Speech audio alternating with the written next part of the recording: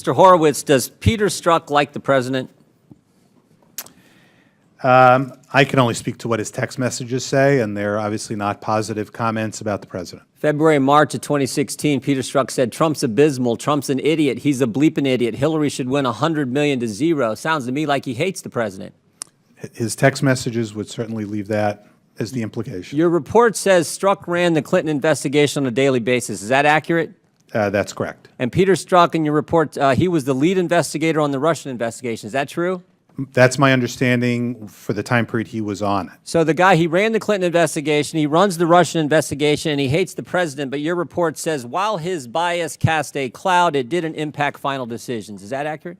It didn't impact the prosecutor's final decision. Right. Let's look at a few other things Peter Strzok had to say. On May 4th, 2016, the day after President Trump secures the Republican nomination, Mr. Strzok says, now the pressure really starts to finish the Clinton investigation. I'm not sure why the pressure would be more or less the day after. It seems to me you want to just do the investigation. On July 31st, as was mentioned earlier, the FBI opens the Russian investigation. 1 week later, Peter Strzok says, I can protect my country on many levels. 2 days after that, he says, we will stop Trump. 1 week after that, he says, no way he gets elected. It's like an insurance policy. So think about this, Mr. Horowitz.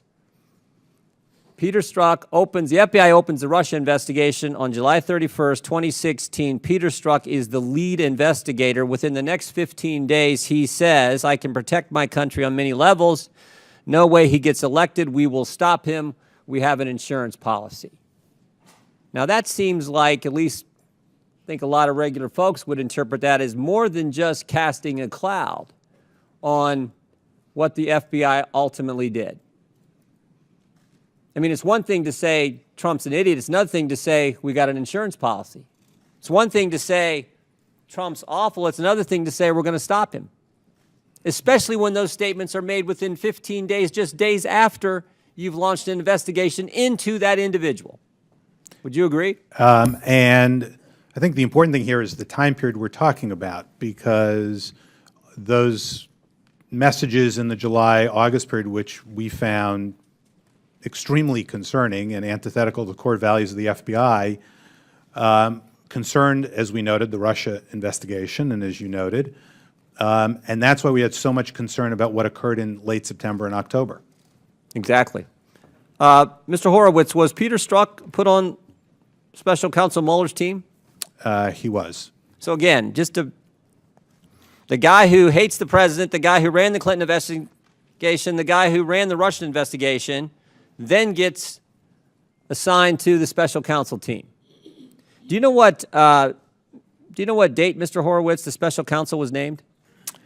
I believe it was around May 17th. May 17th, 2017.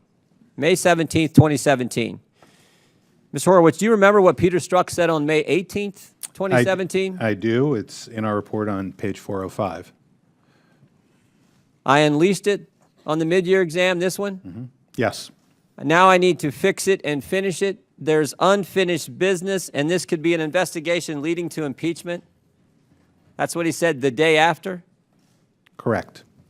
Again, don't you think that sounds and looks a little bit like, to regular Americans, a little bit more than just casting a cloud on the overall investigations? Again, I'd go back to what the report concerned, which was the Clinton email investigation, which was concluded about a year earlier with Director Comey's announcement. But it's precisely why we were concerned about what occurred in late September and October, when Mr. Strzok had the choice between working on the Russian investigation or on the Wiener laptop Clinton investigation. He was prioritizing one over the other. Chose Russia. Yeah.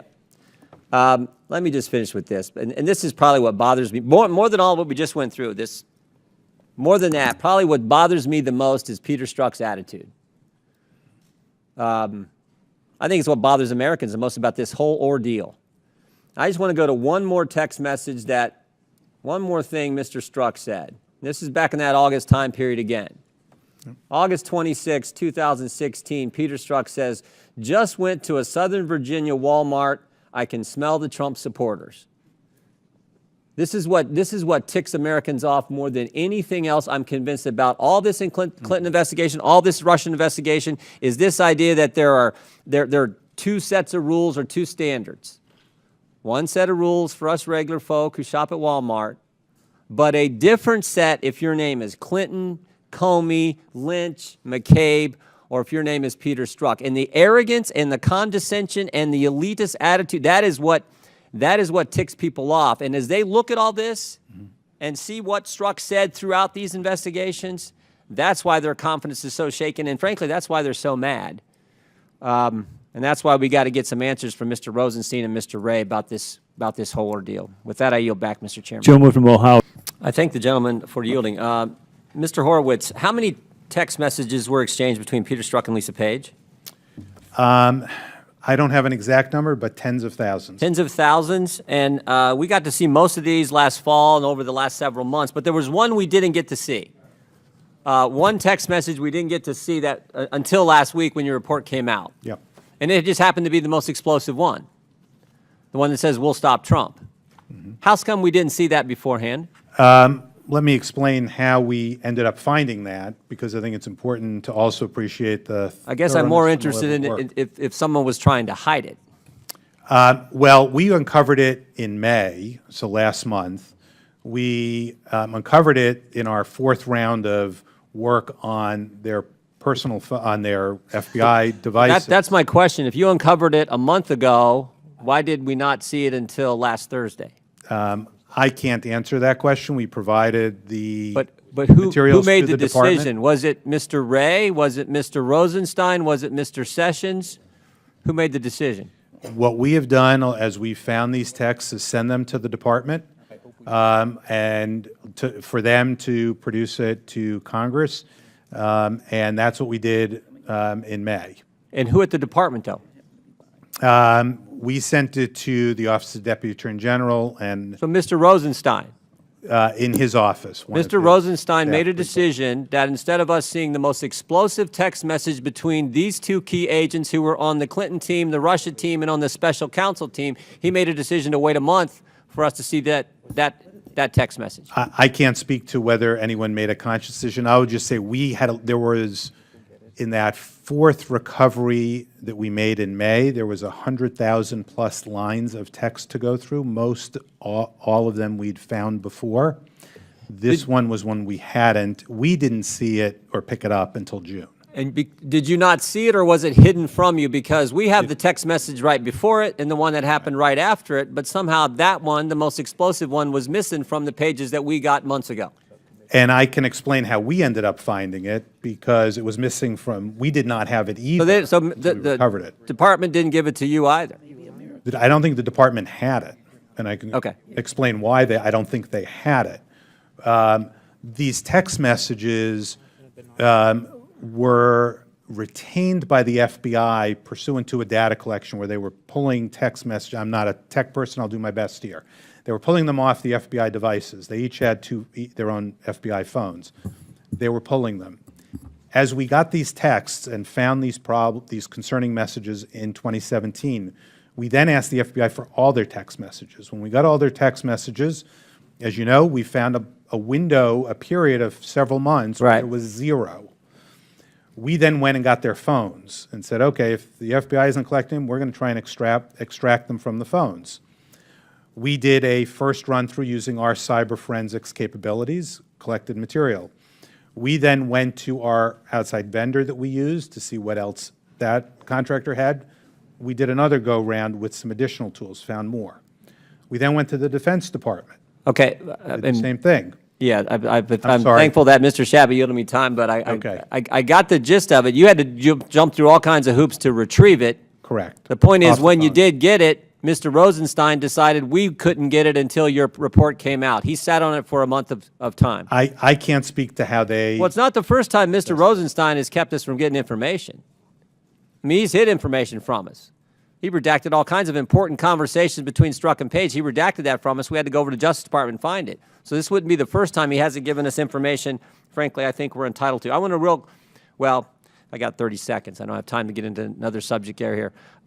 Mr. Horowitz, I appreciate that, but I do think it's interesting that you had it, you discovered it, and we couldn't get it right away. Like all the other text messages, we had to wait until the final report. With that, I yield back, Mr. Chairman. Thank the gentleman for yielding. Mr. Horowitz, I want to go back to where we were just a few minutes ago. This text message that this mysterious one that was the most explosive one disappeared, refound, but the department sits on it for a month. Can we get a copy of the correspondence that you had with Mr. Rosenstein? Was there any type of, how did you communicate to the Justice Department that you had found this text message? My agent sent it by email. So you sent an email. Did you get this printout, the spreadsheets, of all the text? We had 120,000 or so, 100,000 lines of text. So you didn't specify we found this one that had been missing? I then, when we found it, I specified to the Associate Deputy Attorney General on June 8 that he ought to look at this one. Oh, so you sent it to him last month, but then you specifically pointed out to him last week or 2 weeks ago. Correct. When we identified it and saw it as we were going through these 100,000. What response did he give you when you pointed it out? The most explosive text message. Thank you for telling me about it. Thank you for telling me that. Well, yeah, I think so, but not like, well, we need to get this to Congress like we did all the others right away. I'd engage him on that. Do you know if there's anything nefarious at work? Because when we got the original pages of the text, it had the prompting question from Ms. Page. It says he's not ever going to become president, right? We had that one. We've had it for months, as did you.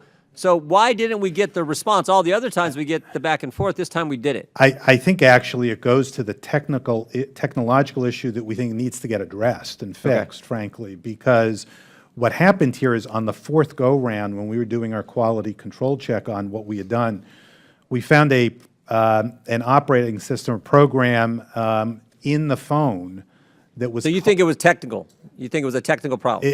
To us, that's what it appears right. as to why this wasn't found before May. I'm more concerned about why Mr. Rosenstein didn't give us the information when he first got it. It seems to me he should have. Let me go to something else here. How many different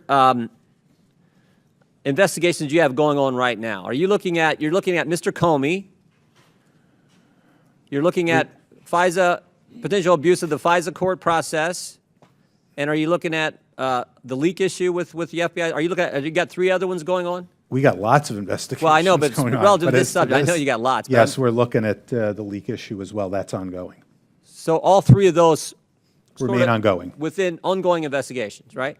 Yeah. Do you have any idea when I'm interested in all of them, but I'm particularly interested in the FISA, potential abuse of the FISA process. Do you have any idea when that one will be complete? I don't, Congressman. In part, as you know, a few weeks ago we were asked to broaden that and look at some additional information and issues.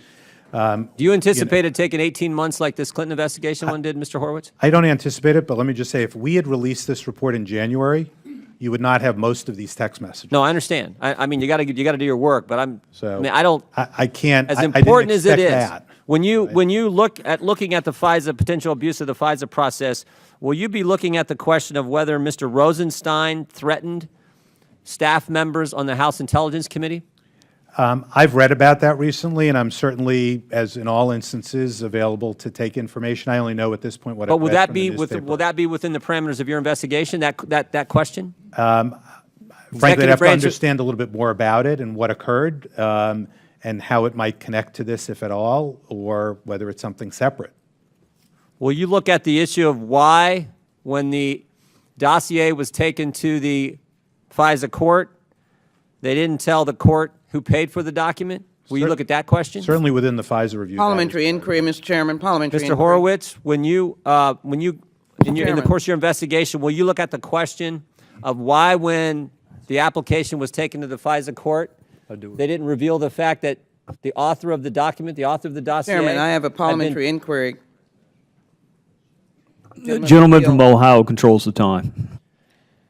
Is it not appropriate to raise the question as to what is the germaneness of the gentleman's line of questioning and whether or not we're dealing with the report of Mr. Horowitz or we're dealing with the Republicans' attempt to undermine the Mueller investigation and as well to fire Attorney General Rosenstein, which they're planning to do on Friday. The gentle lady has not stated the a parliamentary inquiry. The gentleman from Ohio controls the time, and I would ask that the time be put back on the clock that was usurped by the gentle lady from Texas. I would just respond, Mr. Chairman. It's been widely understood that when the dossier was taken to the FISA court to get a secret warrant to spy on a fellow American citizen, They didn't tell the court two important facts. They didn't tell the court who paid for the document. They didn't tell the court the guy who wrote it had been fired by the FBI. And I'm just asking, as Mr. Horowitz undergoes this important investigation, if he'll be examining those two fundamental questions.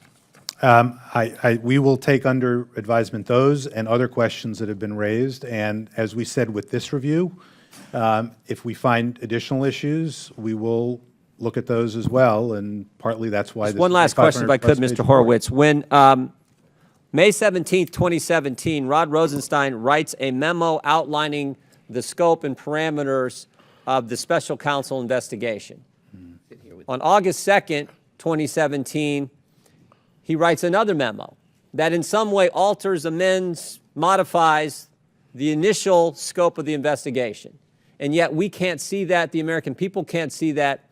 Seems to me, if you're altering the scope of an investigation into the guy that the American people made president of the United States, we as Americans deserve to know exactly the parameters and scope of that investigation. And so will you be able to get a hold of that August 2nd memo and make that available in the course of your investigation? Gentleman's time has expired, but you may answer the question. I'd have to think about how that connected to our investigation and what connectivity, germaneness it would have to ours. I'm happy to consider it. I have not seen either of those memos myself. And like I said, on its face, I'm not sure the connection between that and the FISA, but I'll certainly take it under advisement, Congressman. Thank the gentleman. Gentleman. I thank the gentleman. Mr. Horowitz, James Comey, Director of the FBI, Andy McCabe, Deputy Director, Chief of Staff Jim Rubicki, General Counsel Jim Baker, FBI Counsel Lisa Page, and Deputy Head of Counterintelligence Peter Strzok. These were 6 important people at the FBI, is that right? Correct. And they were the key players on the Clinton investigation and on the Russian investigation, correct? They were certainly important on both. Has Mr. Comey been fired? Yes. Has Mr. McCabe been fired? Yes. Did Mr. McCabe lie under oath, according to your report? In our view, yes. Yeah, is there a criminal referral for Mr. McCabe? I'm not going to comment on that. Has Mr. Rubicki left the FBI? Yes. Has General Counsel Jim Baker left the FBI? Yes. Was he removed from his position prior to leaving the FBI? I'm not sure of that. Has Lisa Page left the FBI? Yes. Was she reassigned prior to leaving the FBI? I believe so. And has Peter Strzok been removed from his position as Deputy Head of Counterintelligence? Yes. Now, Mr. Horowitz, you've been in the DOJ for 10 years. You've been Inspector General for 6 years. You're Chief of all the Inspector Generals. Have you ever seen anything like this at any other federal agency in your time in the federal government? 6 of the top people fired, demoted, reassigned, or left? I obviously can't speak broadly to other areas that I haven't known before, but yes, this is I've been in this town 11 and a half years. I've never seen anything like this. Even the IRS scandal didn't come close. Never seen this. And again, this is not in any type of reflection on the rank and file agents who I know you respect, we all respect, and do a great job. But these were the 6 key people. I have never seen anything like this in my time in government. My guess is there's not a person on this dais who has as well.